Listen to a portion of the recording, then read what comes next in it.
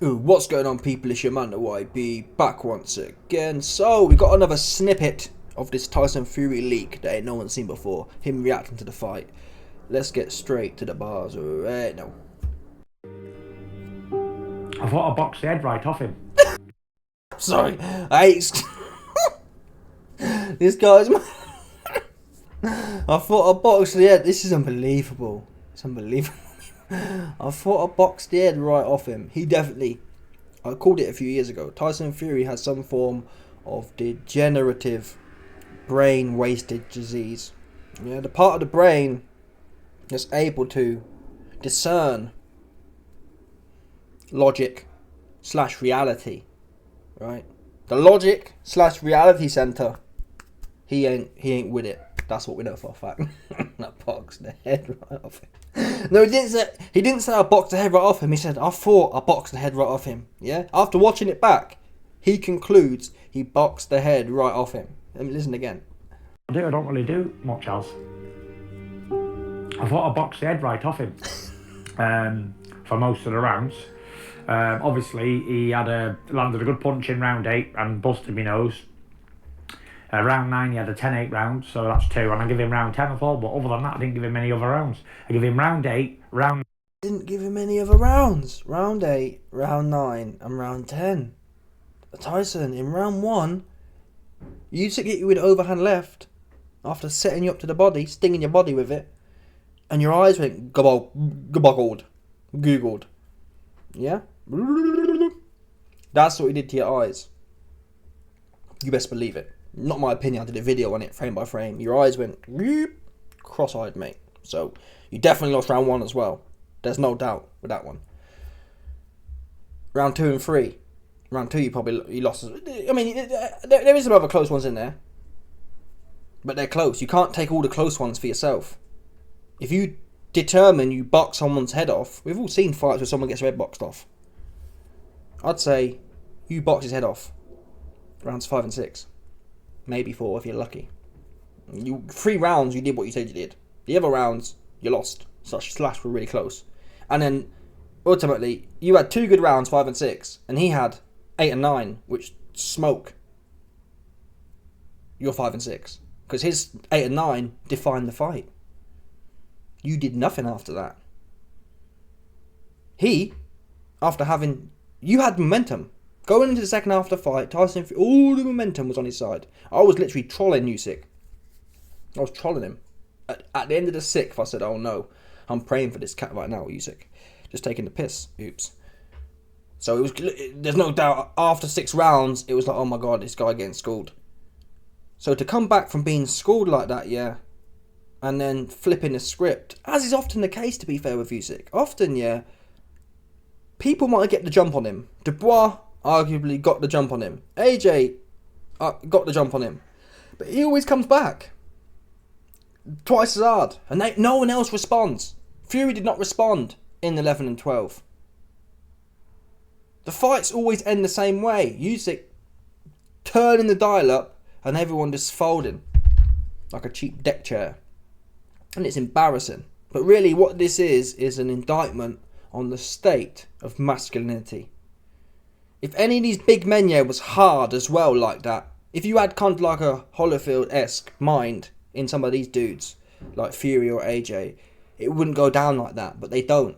Usyk is of the old school. He's not the biggest puncher, he's not the most aggressive, but within his skill remit, he has an old school mentality. He takes the tools he has, which isn't the biggest puncher, which isn't the most aggressive, and he revs it up to the max. He gets all he can out of that little frame and his ability, if that makes sense. He puts pedal to the metal. These big dudes, Johnston, he don't want to fight like that. He don't want to be in a fight. Fury, he was even worse than AJ looking at it. Fury ran from Usyk for about 9 rounds. Out of the 12 rounds, Fury was running on his Mo Farah for 9 of them. The only rounds he wasn't running in is 5 and 6, so 10 rounds. 10 rounds of the fight, he was backpedaling for your life. Even Sugar Hill was confused. That's the problem. Your 30-40 pound weight advantage. 9, round 10. But round 8, round 9 classes as 2, so 2, 3, 4. I give him 4 rounds in the fight. I've got to get him out of there because then I'm not going to get a decision, which is unfortunate. Anyway, people, listen. I'll discuss that last quote in a bit, because that's coming in the next video. I mean, the good news is Fury has to believe this, as we know, to give him confidence for the rematch. But if he really believes it, again, it's positive for us from a fan's point of view. I can't lie. Am I getting half suckered in? Am I getting lured in? Oh, yeah, on the never, never. Yeah, no, he's back now. He can do something now. Damn sure I'll never bet on it. Let's see what the odds are now. I did notice the odds have actually... The odds have actually shifted. At one point, they were much more in Usyk's favour. Here we go. No, they're still about the same then. So Usyk's at about 4-6. And Fury's at 6-4. Yeah, so Usyk's, on a decimal point of view, is 1.66. Fury is like 2.5. So you put a tenner on Usyk, you get, what, £6-7 back. You put a tenner on Fury, you get £15 back. That's the situation right now. So Usyk's a pretty meaty favourite, not super strong, meaty favourite. Is there value there? Okay, so you put 100 quid on Usyk, you get 70 quid back. That sounds a lot better than putting a tenner on, right? It's the same thing, but you know what I'm saying? Put 100 quid on, you get 65, 70 quid back on Usyk. You put 100 quid on, you get 150 quid back on Fury. What are you going to do in that situation? I think Fury's shot though, that's the truth. That round one, I swear to God, even though I didn't bail, in that round one, I saw Fury get clipped, yeah, and his eyes go twist. I thought, there's something off here. And I should have bailed then. Or I should have waited. That's the problem with fights, though. I've had it before, where I'm about to bail, yeah, and then round 5 and 6 happens, and I'm like, yeah. And it falls off. I should have got out then. I'm not sure if Fury's got the infrastructure. I'm not sure he's got the chops. Because if he comes in more aggressive, yeah, I think Fury's plan will be to try and maintain 5 and 6, but he doesn't have the gas like that. I guess the argument is, well, he's going to be training more seriously now, but that's always the shtick. They're always training more seriously. But you'd like to think he can be fitter. I do believe Tyson Fury should be with Domingo. I do. Billy Joe Saunders had his best career. Billy Joe Saunders and Tyson Fury, they're the same kind of type of dudes. Lazy in the gym. They need breaking. Yeah? Horse trainers, people, aren't made equal. You have professional horse breakers who can go to Saudi Arabia, yeah, and break them Arab horses and big stallion things. It's a unit, and I think Domingo, that guy.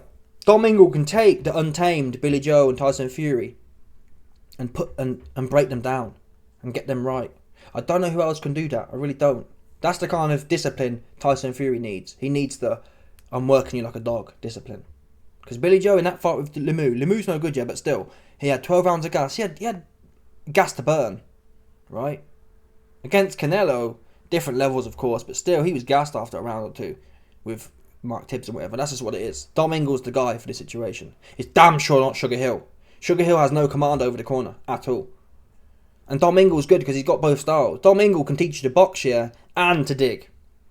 Kell Brook can box and dig. All them man out of that gym. Naz could box and dig, etc., etc. He's not like one size fits all. A lot of trainers, Sugar Hill for example, I don't know what. He is a wannabe, isn't he? Let's be real. He don't really do anything. He doesn't really make anyone one way.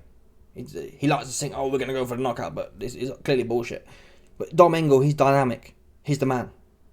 And at Tyson Fury's age, 35, he doesn't really need to be taught about boxing. He needs to be taught how to do what he's doing, but have a gas tank to do it with. But as it stands, without Domingo, yeah, Tyson Fury's going to go in there, and he might start well. He's going to run out of gas. And at some point, Usyk's going to clip him on his chops, and I'm not sure he can hold it. I'm not. Especially now. Because after that round 1 and round 9 and round 8, that's another lot of damage now. In Ngannou, there was already questions, right? You got put down by Ngannou. Everyone puts him down. Fury will be another year older. More that damage that degenerative brain disease we talk about, that's going to be 6 months more in play. So I don't want to curse Usyk though. If I was going to put 100 quid anywhere, it would be on Usyk to get 70 back, 65 back. But I wouldn't bet on this fight, full stop, to be honest. I'm just going to let the gods. I don't want no divine intervention here. Because I know if I put money on Usyk, it's going to be a wrap for him. So I ain't going to get involved on this one. Anyway, people, let me know your thoughts. Smash the like button, subscribe, click off the bell, 100%. There's no doubt about it. Stop it.